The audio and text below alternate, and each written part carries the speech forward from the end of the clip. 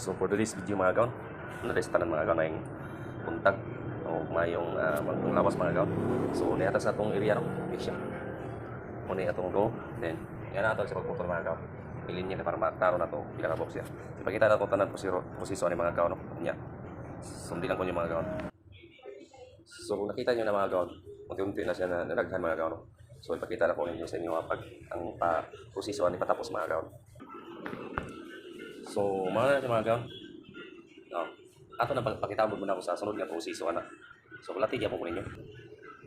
So, dala mga gaon. Uy, nas nga posisyon rin butakan na si toppings.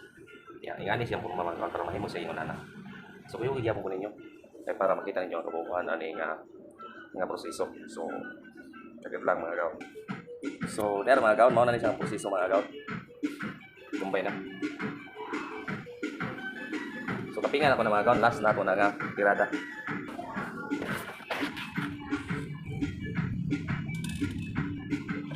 So ngayon last na ito nga posisyon mga gaon. So that's all mga gaon. Thank you. Bye. So salamat sa inyo mga views no.